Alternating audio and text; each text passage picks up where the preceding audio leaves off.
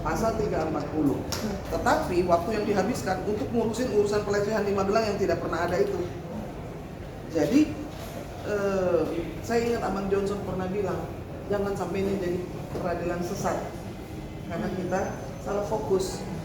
Ya kan, ada orang mati, ada sesuatu rahasia di balik itu yang lebih besar dari sekedar pelecehan-pelecehan yang didengung-dengungkan, yang sudah di SP3, yang diganti-ganti tempatnya, yang diganti-ganti tanggalnya, lalu begitu di saksi-saksi didudukan, ceritanya nggak ada yang nyambung.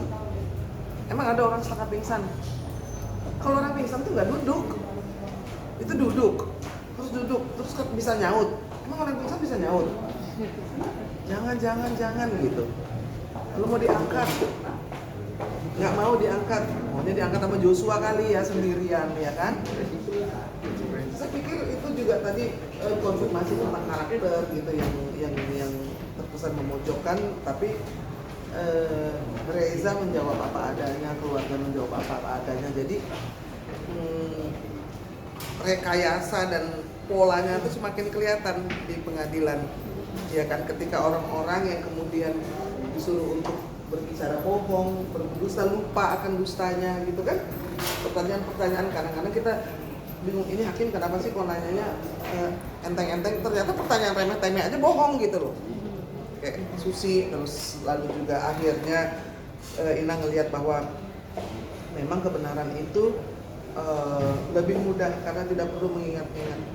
Ya dong, if you tell the truth, you only have to tell it once. Gak perlu ingat-ingat.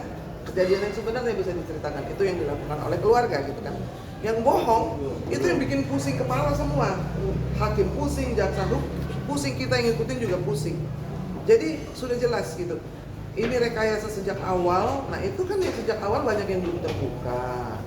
Yang dari forensik ternyata Reza tidak boleh memakaikan pakaian ke abangnya, padahal sudah dapat izin dari dokter forensik, sudah dapat izin dari atasannya yang komandan Yanma, tapi dilarang oleh seorang kombes yang di provos.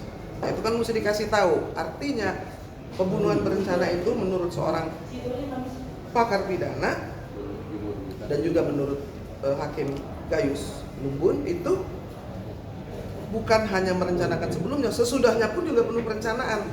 Ini harus bagaimana, lalu kenapa forensik tidak dibolehkan berbicara kepada Reza.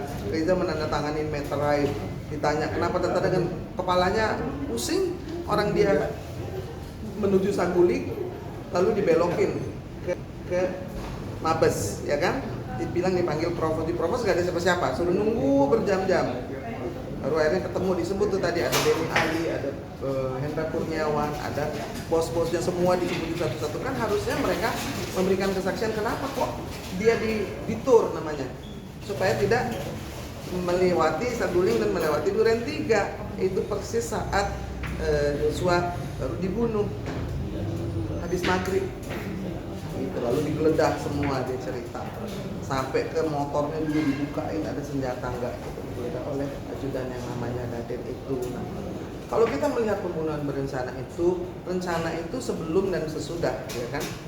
Kalau pada saat kejadian itu, nah itu yang masih juga eksekutornya 3 kali pembela aja Ferdi tidak menyuruh membunuh tapi menyuruh menghajar, yang hal-hal yang menurut saya membuat peradilan ini akan lama ya dong, berulang-ulang, bertele-tele. Kenapa? Karena kita sebetulnya sedang menyidang 340 pembunuhan berencana. Itu yang mesti diingat.